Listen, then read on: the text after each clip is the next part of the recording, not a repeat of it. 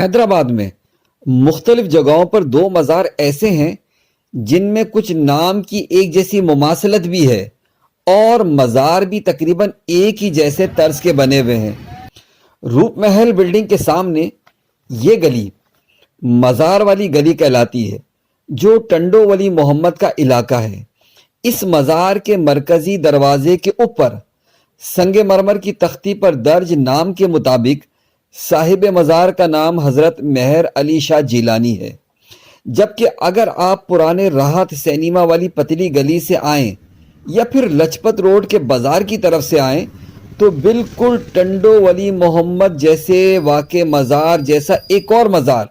نظر آئے گا، جس کے مرکزی دروازے پر بھی بالکل اسی طرح سنگ مرمر تو نہیں لیکن ٹائلز کی تختی پر صاحب مزار کا نام مہر شاہ بخاری درج ہے۔ ٹنڈو ولی محمد والے مزار مہر علی شاہ جیلانی پر آئیں تو چونکہ میری رہائش یہاں رہی ہے اور شروع ہی سے اس مزار کو دیکھا بھی ہے، لیکن یہاں کے پرانی رہائشی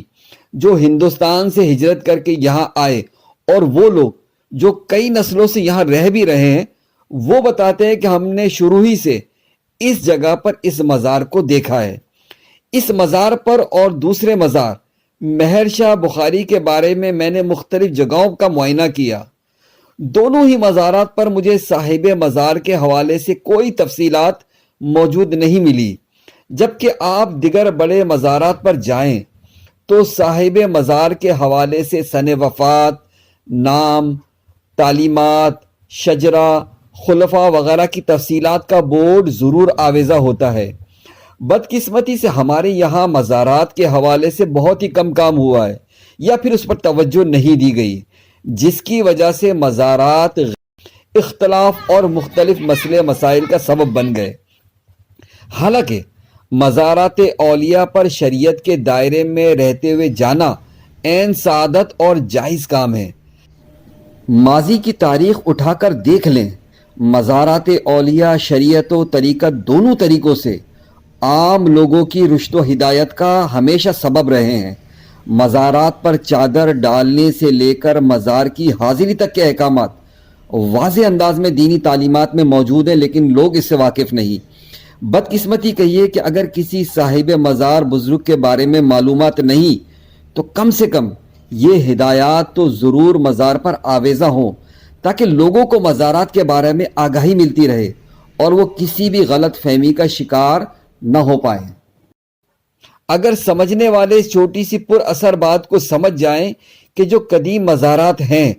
ان کے تعلق سے یہ کہا جا سکتا ہے کہ وہ کسی ولی، شہید یا پھر کسی نیک شخص کے ہوں گے، ان کا اصل نام بھی کچھ اور رہا ہوگا، لیکن اصل نام پر پردہ پڑ گیا اور کچھ لوگوں نے اپنی طرف سے کوئی اور نام رکھ دیا، جیسے امید بھرو سرکار، 9 گز والے بابا، غیب شاہ ولی والے سرکار، پیلی سرکار، سائی وڈی سرکار وغیرہ وغیرہ۔ ایسے بے شمار مزارات ہیں جہاں پر آپ جائیں تو آپ کو روحانی سکون ملے گا، کیونکہ ولی کی ولایت صرف زندگی ہی میں نہیں ہوتی بلکہ وصال کے بعد بھی جاری رہتی ہے۔ اگر مزارات پر غیر شرعی امور پر پابندی ہو، مرد و خواتین کا اختلاط نہ ہو، منشیات، ڈھول، ناچ گانوں پر پابندی ہو، تو مزار پر یقین مانیے ایسا روحانی اور پاکیزہ سکون ملتا ہے کہ اگر زائرین یہاں پر آئیں، تلاوت کریں، ذکر و اذکار کریں تو انہیں دل جمی بھی محسوس ہوگی اور ان کی حاجتیں اللہ ان کے وسیلے سے پوری بھی فرماتا ہے۔ اگر آپ توجہ دیں اور مزارات کا تقدس کا خیال کریں تو انشاءاللہ آپ کو ان مزارات سے بے شمار فوائد حاصل ہو سکتے ہیں۔ وائس آف حیدرآباد سے محمد عمران۔